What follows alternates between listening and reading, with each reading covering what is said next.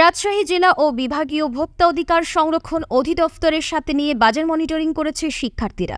শনিবার দুপুরে রাজশাহীর সোনাদিঘি মাস্টারপাড়া কাঁচা বাজার থেকে শুরু হয় এই মনিটরিং। এই সময় বাজারের বেশ কিছু অনিয়ম পরিলক্ষিত হয়। অনিয়ম বন্ধে বিক্রেতাদের সতর্ক করা হয়েছে। এছাড়া অভিযানের খবরে শাকসবজি, মাছ, মাংস সহ নিত্য প্রয়োজনীয় জিনিসপত্রের দাম কমতে থাকে। অভিযানে ছাত্রদের সাথে যুক্ত হয় রাজশাহী জেলার সহকারী পরিচালক মাসুম আলী এবং রাজশাহী বিভাগীয় সহকারী পরিচালক ফজলে এলাহি। এই সময় রাজশাহী জেলার সহকারী পরিচালক মাসুম আলী বলেছেন, ছাত্রদেরকে সাথে নিয়ে আমরা আজকে বাজার অভিযান পরিচালনা করেছি। তিনি আরও বলেন, মাস্টারপাড়া ও সাহেব বাজারের সকল ব্যবসায়ীদের সতর্ক করা হয়েছে যেন তারা নির্ধারিত মূল্যে পণ্য বিক্রি করে। আগামীকাল থেকে কেউ যদি তালিকা না ঝুলান এবং বেশি দামে পণ্য বিক্রি করেন তাহলে সেই সকল ব্যবসায়ীদের বিরুদ্ধে প্রয়োজনীয় ব্যবস্থা গ্রহণ করা হবে।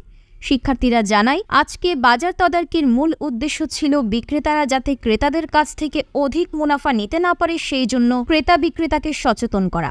আগামীতে বাজার অস্থিতিশীল পরিলক্ষিত হলে আবারও ছাত্র সমাজ বাজার তদারকিতে নামবে। ছাত্র সমাজের যে গণ আন্দোলনের মধ্য দিয়ে এটা নতুন সংস্কার এবং রাষ্ট্র হতে যাচ্ছে, সেখানে যে ছাত্র সমাজরা এই মনিটরিংয়ে অংশগ্রহণ করছে, আমাদের সহযোগিতা করছে, এটা সত্যিই প্রশংসনীয় এবং এটা আমাদের বাজার ব্যবস্থাকে আরো স্থিতিশীল করবে এবং আমাদের ভোক্তারা একেবারে ন্যায্য মূল্যে পণ্য পাবে বলে আমার বিশ্বাস।